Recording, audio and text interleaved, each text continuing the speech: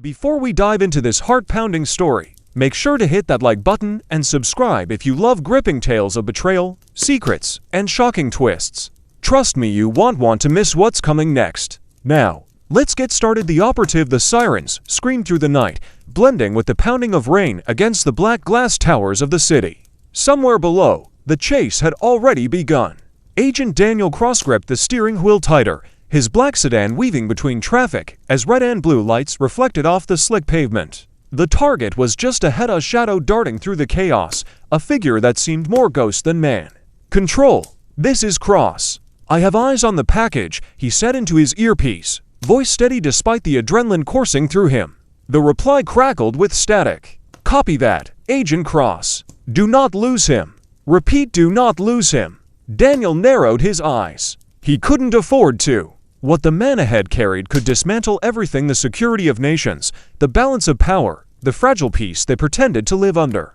And yet, somewhere deep inside, Daniel had the strangest sensation that he wasn't chasing an enemy. He was chasing a story. The betrayal foreshadowed. The pursuit ended in fire. A sharp turn, a crash into a delivery truck, and the target's car erupted into a blaze that painted the street in orange and white.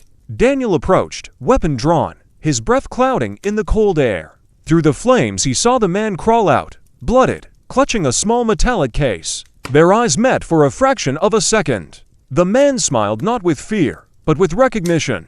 "You're too late," the target whispered before collapsing. The case slid from his hand, landing at Daniel's feet. For a moment, Daniel hesitated. Something about the scene felt staged, wrong, too convenient. And when he finally picked up the case, the world shifted around him. This wasn't just a mission. It was a trap. Back at headquarters, the briefing room buzzed with muted tension. Screens glowed with maps, encrypted codes, and dossiers. Daniel placed the case on the table, but Director Harlow barely glanced at it. "Well done, Cross," Harlow said, his gravelly voice betraying no emotion. "You've done the agency proud tonight." Daniel frowned. Too proud. Missions didn't end this cleanly. Targets didn't smile before dying. Something gnawed at him, an instinct he couldn't shake. Had been in this game long enough to recognize when pieces didn't fit. Later that night, when the others left, Daniel cracked open the case. Inside was not a weapon, not state secrets, but a collection of old photographs, each one featuring him. Different cities, different times. Someone had been watching him for years. And at the bottom of the stack, one photo in particular froze his blood. It was of him, standing shoulder to shoulder with his partner, Claire Winters. Except Daniel had no memory of that moment. Claire Winters. Claire was everything an operative should be. Sharp, resourceful, unflinchingly loyal, or at least that's what Daniel had always believed. They'd been through fire together, missions where survival seemed impossible. He trusted her with his life. But that photograph, it felt wrong. The next day, during a quiet moment in the weapons bay, Daniel confronted her. "Claire," he said, holding up the photo, "where was this taken?" Her expression didn't flicker. "I don't know." "Why?" "Because I don't remember it," Daniel pressed. She studied him carefully, too carefully. Then she smiled in that way she always did when she wanted to diffuse tension. "You're overworked. We've both been in too many places to keep track." But the smile didn't reach her eyes. Shadows in the dark that night. Daniel's apartment was broken into. Nothing stolen except the photographs. Whoever had left the case wanted him to see them, and now they wanted them gone. Only one photo remained, hidden in Daniel's jacket pocket, the one of him and Claire. He sat in the dark, staring at it, the city lights flickering beyond his window. His instinct screamed at him. Claire wasn't who she seemed. But the thought twisted his stomach. If she had betrayed him, why? A mission gone wrong. 2 weeks later, Daniel and Claire were dispatched to intercept a rogue arms dealer in Prague. The mission unraveled almost immediately. Intel was compromised, their extraction point ambushed, their allies nowhere to be found. Pinned down in a rain-soaked alley, bullets ricocheting off brick walls, Daniel realized the truth. Someone inside had sold them out. And as he turned to Claire, catching the flicker of something in her expression, guilt, hesitation, he felt the world tilt beneath him. "Run!" she shouted, shoving him toward the escape route. But her push wasn't just to save him. It was to separate him from the truth. Cliffhanger. Hours later, Daniel woke in a safe house, battered but alive. Claire was gone.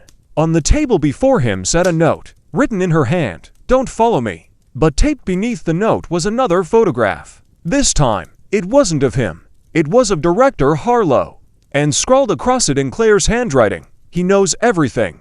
Before we jump into the shocking conclusion of Daniel Cross' story, make sure you smash that like button and subscribe if you haven't yet. This is where the betrayal cuts deepest and every secret comes to light. The hunt begins. Daniel stared at the photograph of Director Harlow. His mind raced. Every decision, every mission, Harlow had been manipulating them all. But why? And how deeply was Claire involved? He packed his bag with essentials, a silenced pistol, encrypted drive, spare ammunition, and the only clue he had left, Claire's handwriting. He didn't know whether to trust her or fear her, but one thing was certain. He had to find her. The rain had stopped, leaving the streets glistening. Daniel moved like a shadow through the city, following fragments of intel that might lead him to Claire or into another trap. The first encounter days later, in a deserted warehouse on the outskirts of Berlin, Daniel caught a glimpse of a figure moving between crates. His heart leapt. "Claire!" "Daniel!" a voice whispered from the shadows. He spun, gun raised. It was her, but not as he remembered. She was cold, distant, almost unrecognizable. "You shouldn't have come," she said, eyes flashing with emotion he didn't understand. "Claire, tell me what's going on," he demanded. She hesitated, then finally spoke. "It's bigger than Harlow.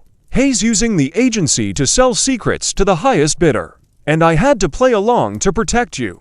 Daniel's mind reeled. Protect him? After everything? The web unravels. Claire led him deeper into the warehouse, revealing stacks of documents, hard drives, and weapons shipments. This is what Harlow has been hiding. All of it. Daniel scanned the room. Every corner screamed betrayal. He realized the magnitude of what they were up against. The agency wasn't a force for good, it was a shadow government, manipulating nations, lives, and everyone they claimed to protect. "Then why the photograph?" he asked, voice low. "To make you question everything," Claire admitted. "If you doubted me, you wouldn't follow blindly. And you needed to see the truth for yourself." Daniel swallowed. "And now we stop him," Claire said, loading her weapon. The ambush. They made their way to Harlow's private facility, a skyscraper fortress overlooking the river. But the moment they approached, alarms blared. Harlow had expected them. The doors locked, automated turrets deployed, and from the shadows emerged soldiers, agents they had once called allies. Daniel and Claire fought with precision, moving as one. Each shot, each maneuver was a dance of survival and trust rebuilt in the fire of combat. And then Harlow appeared, calm, collected, almost bored. "Ah, Daniel." "Claire," he said. "I was wondering how long it would take you to figure it out." "You're finished, Harlow," Daniel spat, adrenaline surging. Harlow smiled. "You still don't understand. It's never been about me. It's about the system. And now you're part of it." The betrayal revealed suddenly. Claire hesitated, lowering her weapon. Daniel's stomach twisted. "You promised," he said, eyes narrowing. I can't," she whispered. "I have to survive this too. Harlow has leveraged my family. I can't." Daniel's heart broke. The partner he trusted, the woman who had saved him countless times, she had made a choice. Harlow seized the moment. Guns blazing, he cornered Daniel, while Claire slipped into the shadows. "You see," Harlow said, "even loyalty bends when the cost is too high." The final confrontation. Daniel refused to fall. Using his training, he disarmed two of Harlow's men, dodged automated turrets, and reached the control room. There, he triggered the facility's emergency lockdown, trapping Harlow inside. "Daniel," Claire's voice echoed through the comms. "I can't fight him directly, but I can buy you time. You better come back," Daniel said, pain and hope twisting together. She didn't answer. With one last calculated move, Daniel rigged the facility's core to self-destruct. Harlow screamed, trying to escape, but the system sealed every exit. Daniel barely made it out as the building collapsed in a controlled explosion, flames licking the night sky. After weeks passed, Daniel sat alone on a rooftop, watching the city below. The agency was fractured, Harlow eliminated, but the cost was high. Claire's betrayal or survival haunted him. Then, a familiar encrypted message appeared on his device. No words, just a location. He knew it was her. Daniel smirked. Against all odds, against betrayal, the story wasn't over. If you stayed with us until the very end, make sure to like, subscribe, and share. Trust me, this story of betrayal, secrets, and survival isn't over yet. Keep your eyes open, you never know who's really on your side.